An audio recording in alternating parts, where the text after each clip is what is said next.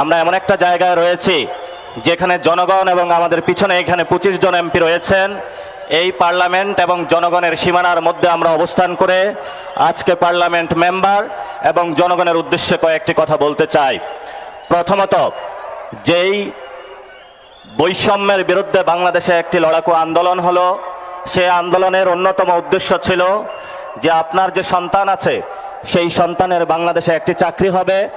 আপনি যে আপনার মা বাপের যে সেই হারানো জমিটুকু ছিল বিক্রি করে তার হাতে তুলে দিয়েছিলেন, বাবা তুমি পড়াশোনা করো, তুমি একটি চাকরি করবে, এসে তুমি চাকরি করে আমার হাতে টাকা তুলে দিবে।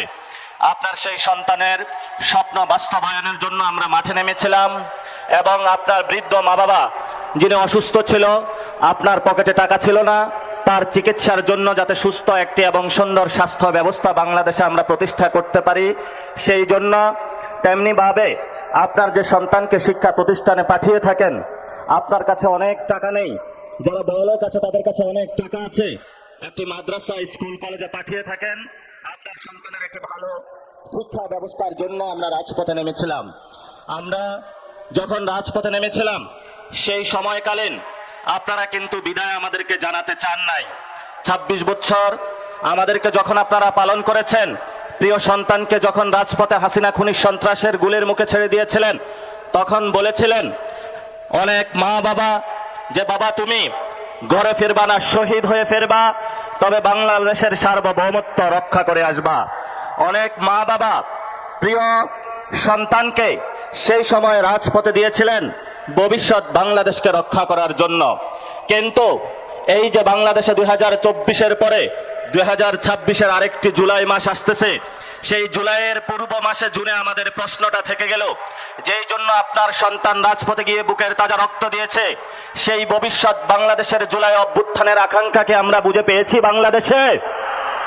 যদি আমরা বুঝে না পাই, তাহলে সবিনয়ে যারা পার্লামেন্টে রয়েছেন, সরকারি দলে যারা রয়েছেন, বিরোধী দলের যারা রয়েছেন, আপনাদের কাছে আমরা জানতে চাই যে আগামীর জুলাইয়ে আপনারা কি সেই পার্লামেন্টে যারা চাঁদাবাজ, দুর্নীতিবাজ, সন্ত্রাস, দখলদার, ট্যাক্সের টাকা মেরে খায় এবং আপনারা যারা শেয়ার মার্কেটে বিনিয়োগ করেছিলেন, আপনাদেরকে সব টাকা ছিন্ন করে তারা নিয়ে গিয়েছিল, তাদের বিচারের জন্য আপনারা কি কর্মসূচি মাঠে দিবেন, পার্লামেন্টে কি করবেন? এবং আমাদের যে ভাইরা শহীদ হয়েছিল, সেই ওয়াসিম, সেই মুগ্ধ, সেই আবু সাইদ, তাদের রক্তের দিকে তাকিয়ে সেই খুনি হাসিনার বিচারের কাঠ গড়াতে দাঁড় করাতে আপনারা কি করবেন? সেই বিষয়ে আজকে খুলনার ঐতিহাসিক মাঠ থেকে জনগণের কাছ থেকে আপনাদের কাছে আমরা প্রশ্নগুলো রেখে যাচ্ছি। প্রিয় উপস্থিতি, আপনারা জানেন এই বৈষম্যের বিরুদ্ধে যখন আমরা রাজপথে নেমেছিলাম, এরপরে আমাদের সামনে 3টি এজেন্ডা ছিল। একটি অন্যতম এজেন্ডার মধ্যে ছিল একটি গণতান্ত্রিক বাংলাদেশ।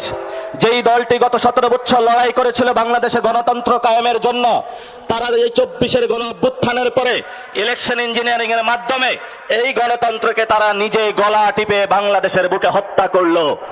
এবং আমরা দেখতে পেলাম তারা সেই দিল্লির কুখ্যাত সন্ত্রাসী মাফিয়া গোষ্ঠী আওয়ামী লীগের সাথে হাত মিলিয়ে বাংলাদেশের জনগণের উপরে আবার নতুন ভাবে যারা গত 17 বছর আমাদের উপরে অত্যাচার, নির্যাতন, নিপীড়ন চালিয়েছিল, এসালাম এবং বেক্সিমকো থেকে যেই ধরনের ব্যবসায়িক জঙ্গি গোষ্ঠী জনগণের উপর অত্যাচার করেছিল, তাদেরকে আবার এই পার্লামেন্টে তারা জায়েজ করে নিল। শুধু তাই নয়, পার্লামেন্টের প্রথম সেশনে যার নির্দেশে বাংলাদেশের অসংখ্য আপনাদের সন্তান খুন হয়েছে, সেই চুপ্পুকেও তারা পার্লামেন্ট অধিবেশনে এসে নিয়েছিল এবং সেই চুপ্পুর সামনে তারা দৌড়িয়ে পার্লামেন্ট সেশনে করেছিল। এবং পরবর্তীতে যখন তাদেরকে বলা হলো যে আমরা একটি বৈষম্যহীন, একটি মানবিক বাংলাদেশ চাই, তখন তারা ধর্মীয় কার্ড খেলা শুরু করলো। মুক্তিযুদ্ধের ভুয়া কার্ডের আশ্রয় নিয়ে দিল্লির সাথে তাল মিলিয়ে নতুনভাবে যারা বাংলাদেশের পার্লামেন্টে এবং জনগণে মাঠে প্রান্তরে রয়েছে, তাদেরকে বাংলাদেশ বিরোধী আখ্যা দিতে শুরু করলো।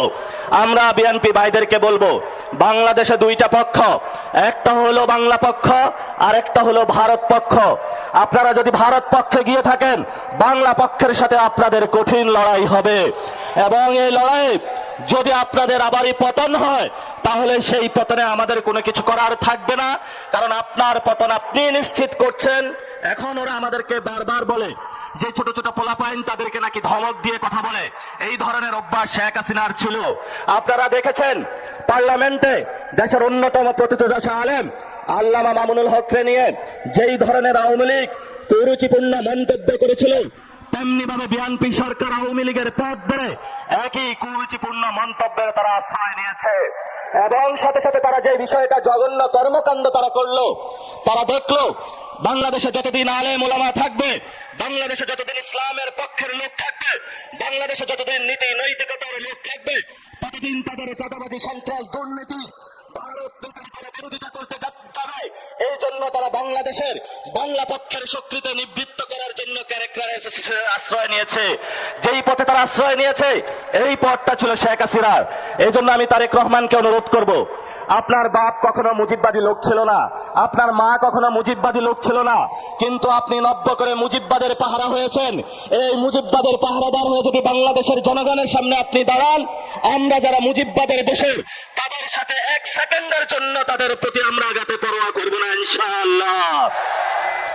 প্রিয় সালাউদ্দিন ভাই, আপনি আজকে বললেন আওয়ামী লীগ নাকি একটা মাফিয়া গোষ্ঠী। আপনার ঘরে যে আসালামের মতন একটা মাফিয়া গোষ্ঠী লুকিয়ে রেখে আওয়ামী লীগকে মাফিয়া গোষ্ঠী বলেন, আপনার ঘরে আসালামকে লুকিয়ে রেখে আপনি বেনজিরকে ধরতে যান, এই ধরনের ভণ্ডামি জাতির সামনে প্রকাশিত হয়ে পড়েছে। এবং আপনি সংবিধানের আশ্রয় নিয়ে বাংলাদেশের জনগণকে বোকা বানানোর যে প্রচেষ্টা নিয়েছিলেন, সেটা আমরা হাতে কলমে দেখিয়েছি যে আপনি আবু জাহেলের মতন সংবিধানের আশ্রয় নিয়ে বাংলাদেশের মুক্তিকামী জনতার যে ঐতিহাসিক লড়াই, সেই লড়াইকে আপনি অস্বীকার করেছেন। মাননীয় অর্থমন্ত্রী, আপনি বাংলাদেশের সামনে, জনগণের সামনে যে বাজেট দিয়েছিলেন, সেই বাজেটের মধ্যে আমার খেটে খাওয়া শ্রমিকের কোনো অধিকার আমি বুঝে পাইনি। আমার তরুণ শ্রমিক যারা রয়েছে তাদের কোনো কর্মসংস্থানের আমরা কোনো সুযোগ পাইনি। আপনারা যে বাজেট দিয়েছেন সেই বাজেটের মধ্যে আমাদের নারীদের জন্য কোনো আমরা অধিকার পাইনি। আমরা বাজেট সম্পর্কে স্পষ্ট করেছি, এটা দুর্নীতি এবং লুটপাটের একটা বৈধতা উৎপাদনকারী বাজেট, যেই বাজেটকে আমরা ঘৃণাভরে প্রত্যাখ্যান করেছি। এবং এই বাজেট নতুন করে টাকা কামানোর ধান্দা, যেই গ্যাং ছিল সেই হাওয়া ভবনে, সেই গ্যাং তারা লন্ডনে আশ্রয় গিয়েছে, সেই গ্যাং এখন বাংলাদেশের মানুষের মধ্যে ইন্ডিয়ার সহযোগিতায় এবং আমাদের কতিপয় বিভ্রান্ত সেনাবাহিনীর যুবকদের সহযোগিতায় বাংলাদেশের মানুষের উপরে তারা চাপিয়ে দিয়েছে। আমরা তীব্র নিন্দা এবং ধিক্কার জানাচ্ছি। আপনারা যদি এই পথে টিপ টিপ করে পা বাড়াতে থাকেন, তাহলে আমরাও আপনাদের কিভাবে চাবিকাঠি নাড়া দিতে হয় এটা আমরা ভালো করে আপনাদের চোখের সামনে আঙ্গুল দেখিয়ে দিয়েছি। এই যে তারেক রহমানের একটা বন্ধু আছে, মীর শাহ আলম নাকি যেন কি নাম, সে আমাদেরকে সংসদে দাঁড়িয়ে বলেছিল, কোথায় ছিলা তোমরা? আমি বাবু তোমাকে প্রশ্ন করতে চাচ্ছি যে বাবু, তুমি গত 17 বছর কোথায় ছিলা? তুমি শিবগুজ মডেলকে গোপালগঞ্জ মডেলে ট্রান্সফার করেছ। এই ধরনের উচ্ছৃঙ্খল যুবক যারা হাওয়া ভবনের বর্তমান সরকারে অংশগ্রহণ করেছে, এই উচ্ছৃঙ্খল যুবকদের থেকে বাংলাদেশ রক্ষা করতে হবে। এই শৃঙ্খল যুবক কার ধর্মে জন্ম নিয়েছে, কোন দল করে, সেটা আমরা বাংলাদেশে দেখবো না।